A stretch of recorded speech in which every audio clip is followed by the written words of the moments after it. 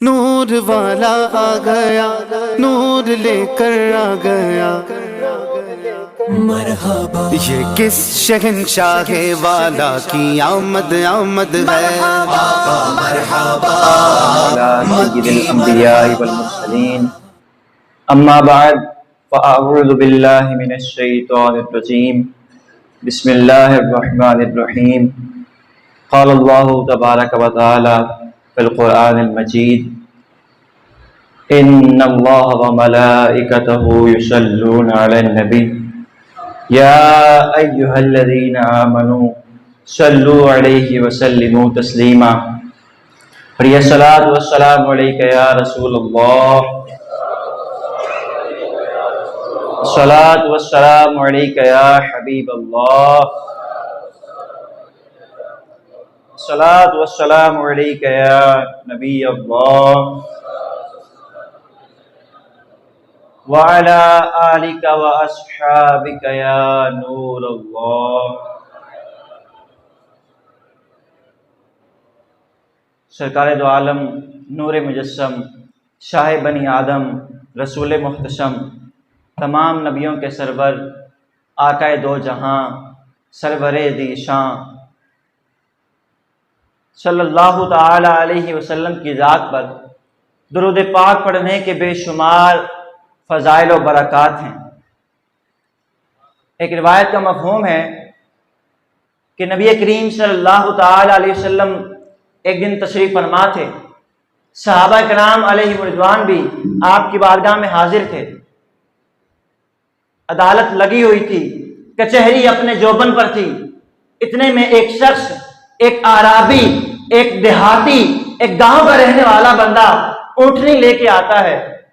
اونٹنی وہ باہر بٹھا دیتا ہے، خود اندر آ جاتا ہے، اور آ کے جیسے ہی عدالت محمدیہ میں بیٹھتا ہے، بارگاہ رسالت میں بیٹھتا ہے، ایک شخص کھڑا ہو جاتا ہے۔ مجلس سے ایک شخص کھڑا ہو کر عدالت محمدیہ میں یہ مقدمہ درج کرواتا ہے اور عرض کرتا ہے، یا رسول اللہ، یہ شخص جو ابھی آیا ہے اونٹنی لے کے آیا ہے، اونٹنی چوری کر کے لایا ہے۔ اب دو چار لوگوں کے سامنے کوئی کسی کی عزت پر حملہ کرے برداشت نہیں ہوتا۔ ہم کہتے ہیں کہ میرا مال چلا جاتا مجھے غم نہ تھا، میرا سٹیٹس چلا جاتا مجھے غم نہ تھا، یہ مال و دولت، یہ اسباب چلے جاتے مجھے غم نہ تھا، لیکن عزت پر حملہ کیا ہے برداشت نہیں کروں گا۔ لیکن چونکہ یہ بارگاہ رسالت ہے، یہاں ایک طرفہ فیصلہ نہیں ہوتا، ایک کی بات نہیں سنی جاتی بلکہ دونوں کی بات سنی جاتی ہے۔ مصطفیٰ کریم کے بارگاہ میں جب یہ مقدمہ پیش کیا گیا، یہ عرض پیش کی گئی، تو حضور علیہ الصلوۃ والسلام نے ارشاد فرمایا، اے علی، جاؤ اور جا کے معلوم کرو کہ واقعی یہ شخص اونٹنی چوری کر کے لایا ہے۔ قربان جائے، حضرت علی رضی اللہ تعالیٰ عنہ مجلس سے اٹھتے ہیں اور تفتیش کے لیے تشریف لے جاتے ہیں۔ حضرت علی جیسے ہی اونٹنی کے پاس پہنچتے ہیں، اونٹنی کلام کرنا شروع کر دیتی ہے، اونٹنی بولنا شروع کر دیتی ہے اور بول کے کہتی ہے، اے علی، جاؤ بارگاہ رسالت میں عرض کر دو کہ یا رسول اللہ، یہ شخص مجھے چوری کر کے نہیں لایا بلکہ مجھے خرید کے لایا ہے۔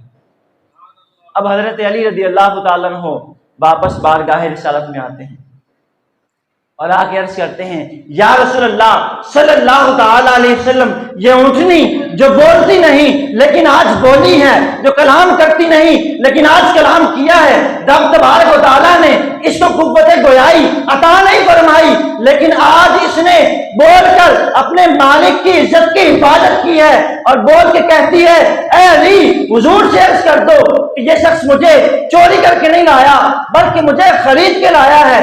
آقا اس غلام کی طرف، اس عرابی کی طرف، اس دیہاتی کی طرف متوجہ ہوتے ہیں اور فرماتے ہیں، اے میرے غلام، بتاؤ تو ایسا کون سا عمل کرتا ہے، ایسی کون سی نیکی کرتا ہے جس کے سبب رب تبارک و تعالیٰ نے اس اونٹنی کو بولنے کی طاقت عطا فرمائی ہے۔ وہ غلام عرض کرتا ہے یا رسول اللہ صلی اللہ تعالی علیہ وسلم میں جب بھی آپ کی ذات پر درود پڑھتا ہوں عرض کرتا ہوں اللہم صلی علی محمد حتی لا تبقی الصلاۃ اللہم سلم علی محمد حتی لا یبقی السلام عرض کرتا ہوں مولا محمد پر اتنا درود بھیج کہ کوئی درود باقی نہ رہے، محمد پر اتنا سلام بھیج کہ کوئی سلام باقی نہ رہے۔ آقا فرماتے ہیں میرے غلام اسی درود کی برکت سے آج رب نے تیری عزت بچا لی ہے۔ اللہ تبارک و تعالی ہمیں بھی نبی کریم صلی اللہ تعالی علیہ وسلم کی ذات والا تبار پر درود و سلام پڑھنے کے اور درود و سلام گجرے نشاور کرنے کی توفیق عطا فرمائے، اور نبی کریم صلی اللہ تعالی علیہ وسلم کا ذکر کرتے رہنے کی توفیق عطا فرمائے۔ سب سے پہلے تو میں مبارکباد پیش کرنا چاہوں گا تمام احباب کو 7 ربیع الاول شریف اور جو محافل میں شرکت کر رہے ہیں۔ محفل میں آنا بھی بہت بڑی بات ہے، یہ جب توفیق ہوتی ہے تو تب انسان محفل میں آتا ہے۔ اللہ تبارک و تعالی ہم سب کا آنا قبول فرمائے اور نبی کریم صلی اللہ تعالی علیہ وسلم کا یوں ہی ذکر کرتے رہنا، ذکر سنتے رہنا قبول فرمائے اور اس کی توفیق عطا فرمائے۔ اللہ تبارک و تعالی قرآن پاک میں ارشاد فرماتا ہے وَلَوْ أَنَّهُمْ إِذْ ظَلَمُوا أَنفُسَهُمْ جَاءُوكَ فَاسْتَغْفَرُوا اللَّهَ وَاسْتَغْفَرَ لَهُمُ الرَّسُولُ لَوَجَدُوا اللَّهَ تَوَّابًا رَحِيمًا۔ رب تبارک و تعالیٰ قرآن پاک میں ارشاد فرماتا ہے اگر ان سے کوئی گناہ ہو جائے، کوئی نافرمانیاں ہو جائیں تو کیا کریں؟ بارگاہ رسالت میں آ جائیں، بارگاہ رسالت میں آ جائیں۔ پھر کیا کریں؟ فاستغفر اللہ، پھر اللہ تبارک و تعالیٰ سے معافی کے طلبگار ہو جائیں۔ اور پھر کیا ہو؟ فرمایا واستغفر لهم الرسول، اور رسول ان کی شفاعت کریں، رسول ان کی شفاعت کریں۔ لوجدوا اللہ توابا رحیما، تو وہ ضرور اللہ تبارک و تعالیٰ کو بہت زیادہ توبہ قبول کرنے والا، رحم کرنے والا پائیں گے۔ اب مفسرین کرام اس آیت کے تحت یہ فرماتے ہیں کہ وہ یہ سوال قائم کرتے ہیں کہ گناہ کس کے کیے ہیں؟ رب کے کیے ہیں۔ نافرمانی کس کی ہے؟ رب تبارک و تعالیٰ کی ہے۔ اور بخشنا، گناہ کس نے بخشنے ہیں؟ رب تبارک و تعالیٰ نے بخشنے ہیں۔ بندہ استغفار کرتا ہے، اپنے گناہوں کی معافی طلب کرتا ہے، اور معاف کون کرتا ہے؟ رب تبارک و تعالیٰ۔ تو پھر یہ فرمانا کہ تم بارگاہ رسالت میں آ جاؤ، اس کے پیچھے کیا نکتہ ہے؟ تو گویا کہ رب فرماتا ہے اے اللہ کے اے میرے بندو، جب تم سے نافرمانی ہو جائے، جب تم سے نمازیں چھوٹ جائیں، جب تم سے روزے چھوٹ جائیں، تم نافرمانی کر بیٹھو، اب تم چاہتے ہو کہ اللہ تبارک و تعالیٰ میری ذات تمہیں بخش دے، تو پھر تم کیا کرو؟ پھر بارگاہ رسالت میں آ جاؤ اور وہاں آ کر عرض کرو کہ اے اللہ مجھے معاف فرما دے، میں استغفار کرتا ہوں تیرے اس نبی کے طفیل۔ اور پھر اتنا نہیں بلکہ جب نبی تمہاری شفاعت کریں گے، گویا کہ رب فرماتا ہے کہ گناہ تم نے کیے ہیں، معافی تم مانگو گے، بخشوں گا میں، لیکن بخشوں گا تب جب حضور شفاعت فرمائیں گے، بخشوں گا تب جب حضور شفاعت فرمائیں گے۔ کل بروز قیامت ایک شخص کو میزان عمل پہ لایا جائے گا۔ قیامت کا دن کتنا ہولناک ہوگا آپ سب سنتے ہی رہتے ہیں۔ ایک شخص کو میزان عمل پہ لایا جائے گا اور اس کے اعمال تولے جائیں گے، اس کی نیکیاں اور بدیاں پلے میں رکھی جائیں گی، ان کا موازنہ کیا جائے گا، ان کا وزن کیا جائے گا، اور جب ان کا وزن کیا جائے گا اس شخص کے گناہ زیادہ ہوں گے، نیکیاں کم ہوں گی۔ جب گناہ زیادہ ہوں گے اور نیکیاں کم ہوں گی تو اللہ تبارک و تعالیٰ کی بارگاہ سے حکم ملے گا فرشتوں اس شخص کو جہنم ملے گا۔ اب فرشتے اس شخص کو پکڑ کر جہنم کی طرف لے کے جا رہے ہوں۔ جب جہنم کی طرف لے کے جا رہے ہوں گے، قربان جائیے اتنے میں میرے اور آپ کے آقا دو عالم، نور مجسم، شاہ بنی آدم، رسول محتشم، تمام نبیوں کے سرور انبیاء صلی اللہ تعالی علیہ وسلم تشریف لائیں گے، اور فرشتوں سے فرمائیں گے اے فرشتوں دوبارہ اس شخص کو میدان عمل پہ لایا جائے۔ فرشتے عرض کریں گے یا رسول اللہ صلی اللہ تعالی علیہ وسلم ہم مامور ہیں، ہمیں حکم دیا گیا ہے، ہم اللہ تبارک و تعالیٰ کے حکم پر عمل کریں گے۔ بارگاہ رب الانام اللہ تبارک و تعالیٰ کی بارگاہ سے حکم ملے گا کہ اے فرشتوں جیسے میرے حضور فرماتے ہیں ویسے کرتے جاؤ، جیسے محبوب فرماتے ہیں ویسے کرتے جاؤ۔ اب فرشتے اس شخص کو دوبارہ میزان عمل پہ لائیں گے، اس شخص کی دوبارہ نیکیاں اور بدیاں تولی جائیں گی، اس شخص کے نیک اور برے اعمال کا موازنہ کیا جائے گا، لیکن پہلے کی طرح کیا ہوگا، اس شخص کے گناہ زیادہ ہو جائیں گے اور نیکیاں کم ہو جائیں گی۔ اتنے میں نبی کریم صلی اللہ تعالی علیہ وسلم اپنی جیب سے چھوٹا سا پرچہ نکال کر نیکیوں والے پلے میں رکھ دیں گے۔ جیسے ہی وہ چھوٹا سا کاغذ کا ٹکڑا نیکیوں والے پلے میں جائے گا، اس شخص کی نیکیاں بڑھ جائیں گی اور گناہ کم ہو جائیں گے، پھر حکم ہوگا اس شخص کو جنت میں لے جاؤ۔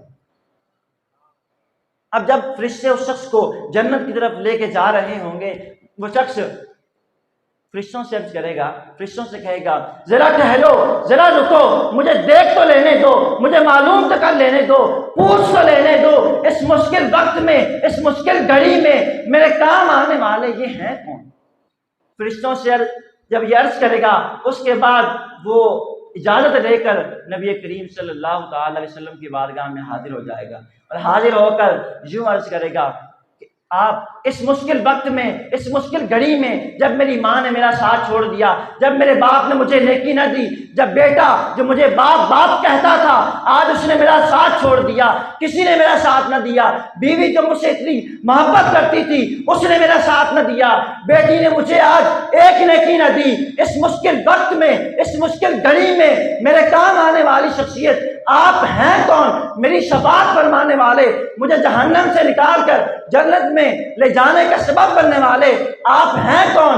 آقا فرمائیں گے اے میرے غلام، میں تیرا وہ نبی ہوں جس پر تو درود پڑھتا تھا، جس کا تو نے کلمہ پڑھا تھا، اور اس کاغذ کے ٹکڑے میں تیرا وہ درود ہے جو تو نے ایک دن میرے دل کے اندر مجھ پر پڑھا تھا۔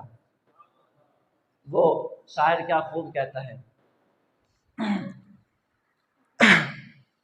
محشر میں کسی نے بھی میری بات نہ پوچھی، محشر میں کسی نے بھی میری بات نہ پوچھی، حامی نظر آیا تو بس ایک تو نظر آیا، بازار قیامت میں جنہیں کوئی نہ پوچھے، بازار قیامت میں جنہیں کوئی نہ پوچھے، ایسوں کا خریدار ایک تو نظر آیا، ایسوں کا خریدار ایک تو نظر آیا۔ اور وہ ایک اور شاعر کہتا ہے کیوں نہ پلہ تیرے اعمال کا بھاری ہو نصیر، کیوں نہ پلہ تیرے اعمال کا بھاری ہو نصیر، اب تو میزان پہ سرکار بھی آئے ہو۔ کل بروز قیامت نبی کریم صلی اللہ تعالی علیہ وسلم جب شفاعت فرمائیں گے تو پھر ہم جیسے اور گناہ گاروں کے بھی بیڑے پار ہو جائیں گے۔ نبی کریم صلی اللہ تعالی علیہ وسلم جب کرم فرمائیں گے تو پھر ہم جیسے لوگوں کے بھی بیڑے پار ہو جائیں گے۔ رب تبارک و تعالیٰ قرآن پاک میں ایک اور جگہ ارشاد فرماتا ہے عَسَىٰ أَن يَبْعَثَكَ رَبُّكَ مَقَامًا مَحْمُودًا، ان قریب آپ کا رب آپ کو مقام محمود عطا فرمائے گا۔ اس کے بارے میں مفسرین فرماتے ہیں کہ مقام محمود سے کیا مراد ہے۔ مقام محمود کہتے ہیں جس کی حمد کی جائے، تو مقام محمود سے کیا مراد ہے؟ مفسرین فرماتے ہیں کہ مقام محمود سے یوم قیامت جب رب تبارک و تعالیٰ، اللہ تبارک و تعالیٰ جب اپنے محبوب کو شفاعت کا اذن عطا فرمائے گا اور شفاعت عطا فرمائے گا، مقام محمود سے مراد یوم قیامت شفاعت کا وقت ہے۔ حضرت علی رضی اللہ تعالیٰ عنہ، حضرت ابو ہریرہ رضی اللہ تعالیٰ عنہ، حضرت عمر فاروق اعظم رضی اللہ تعالیٰ عنہ، جب یہ آیت کریمہ نازل ہوئی حضور کی بارگاہ میں عرض کیا یا رسول اللہ صلی اللہ تعالیٰ علیہ وسلم، اس آیت میں مقام محمود کا فرمایا گیا، مقام محمود سے کیا مراد ہے؟ نبی کریم صلی اللہ تعالیٰ علیہ وسلم نے ارشاد فرمایا کہ مقام محمود سے مراد شفاعت کا مقام ہے۔ رب تبارک و تعالیٰ کل بروز قیامت اللہ تبارک و تعالیٰ جب اپنے محبوب کو شفاعت کا اذن عطا فرمائے گا، ایسی شفاعت کسی کو نہ ملے گی جیسی مصطفیٰ کریم صلی اللہ تعالی علیہ وسلم کو رب تبارک و تعالیٰ عطا فرمائے گا۔ پھر پوری مخلوق جمع ہو کر نبی کریم صلی اللہ تعالی علیہ وسلم کی حمد کرے گی۔ اس مقام کے بارے میں فرمایا کہ اس کو مقام محمود کہتے ہیں۔ اور قیامت کا دن ہولناک دن، آپ نے سن رکھا ہے 50,000 سال کا ایک دن۔ آج ذرا غور کریں کہ تھوڑی سی گرمی ہوتی ہے تو ہمارا کیا حال ہوتا ہے۔ اس دن کے بارے میں فرمایا کہ زمین تانبے کی ہوگی، انسان کے جسم پر کپڑے نہیں ہوں گے۔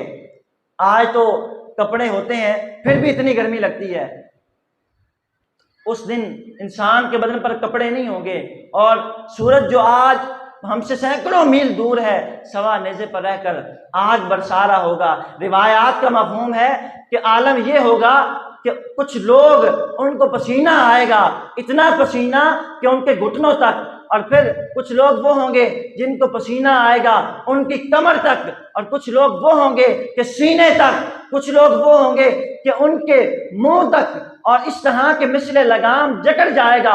اتنا ہولناک وہ دن، اور اس دن جب اتنا ہولناک دن ہے، انسان کو اتنی بھوک لگے گی، اتنی پیاس لگے گی کہ انسان کا پیٹ اس کی پیٹ کے ساتھ لگ جائے گا، اتنی پریشانی کا عالم ہوگا۔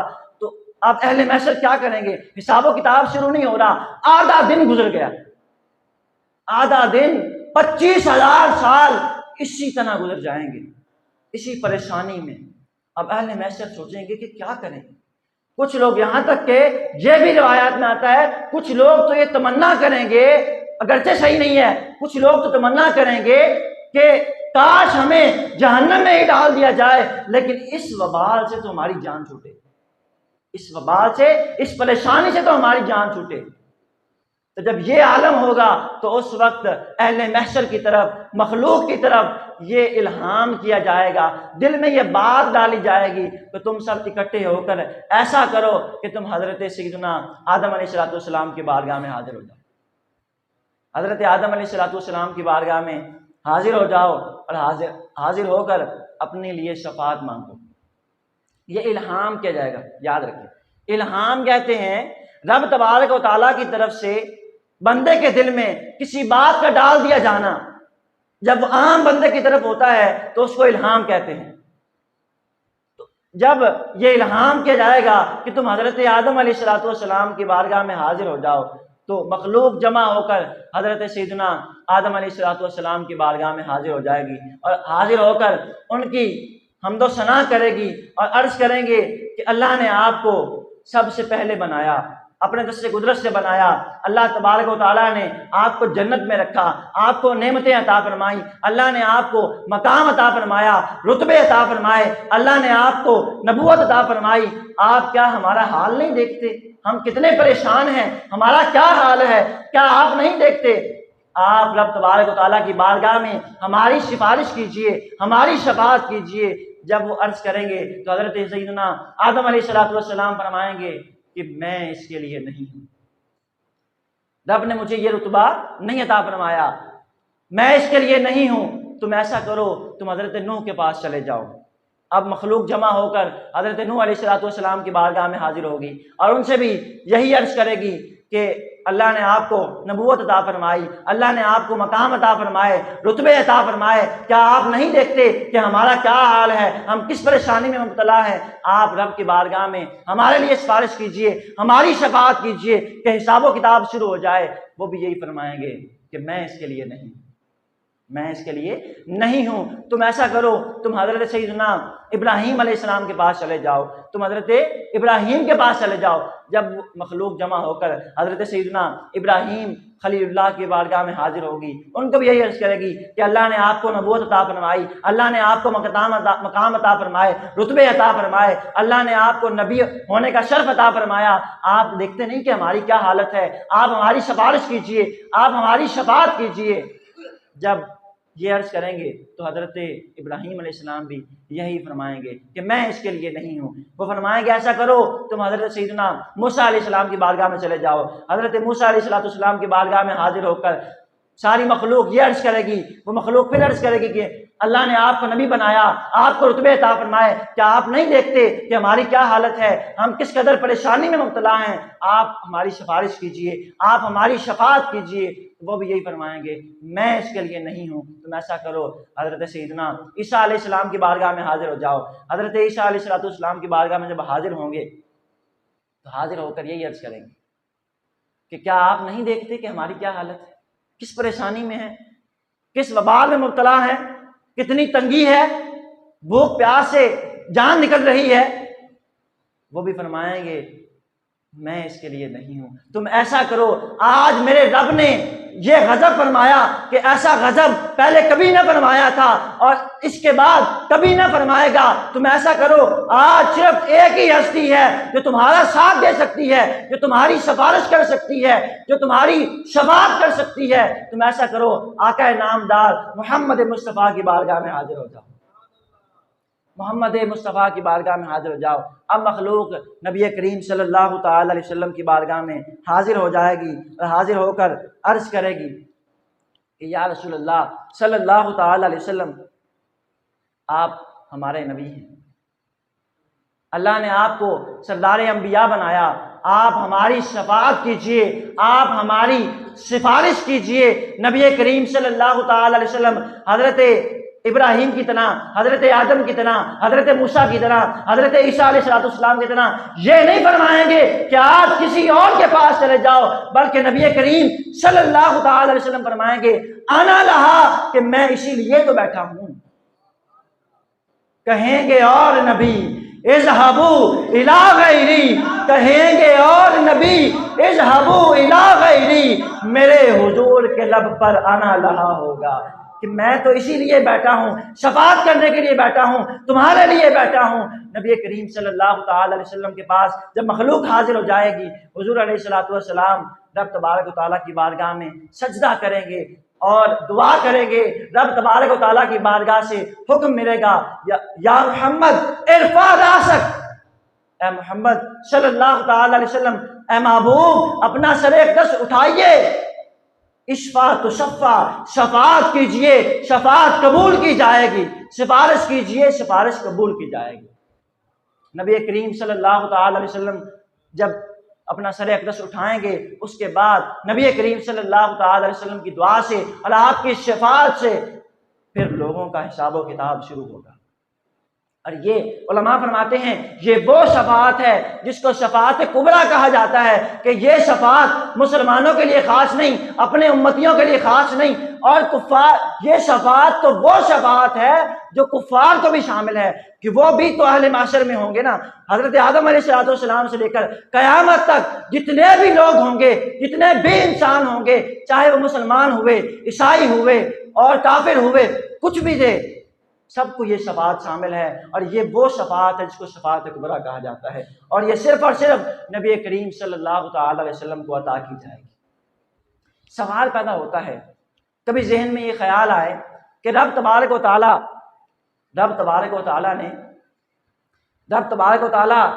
اتنا علم رکھتا ہے کہ انسان کے دل میں پیدا ہونے والے خیال کو پیدا ہونے سے پہلے جانتا ہے، عالم بذات الصدور ہے، دلوں کے راز کو جاننے والا ہے۔ رب تبارک و تعالیٰ کا علم اتنا ہے جہاں تو کوئی شک شبہ ہے ہی نہیں، اتنا رب تبارک و تعالیٰ کا علم ہے کہ انسان کے پیدا ہونے سے پہلے وہ جانتا ہے کہ انسان پیدا ہونے کے بعد کیا کیا، کب کب، کس طرح سے کرے گا۔ رب جانتا ہے کہ کون میری نافرمانی کرے گا، رب جانتا ہے کون نمازیں پڑھنے والا ہوگا، کون روزے رکھنے والا ہوگا، کون مسلمانوں کے ساتھ اچھا سلوک کرنے والا ہوگا، کون نبی پر درود پڑھنے والا ہوگا۔ رب تبارک و تعالیٰ جب سب کچھ جانتا ہے تو پھر یہ محشر کا میدان لگانا، قیامت کے دن سب لوگوں کو اکٹھا کرنا، حضرت آدم علیہ السلام سے لے کر قیامت تک جتنے بھی مسلمان ہوں گے سب کو ایک میدان میں اکٹھا کرنا اور میزان عمل لگانا، نیکیاں اور بدیوں کا تولا جانا، ان کا موازنہ کیا جانا، سب کے سامنے حساب و کتاب کا ہونا۔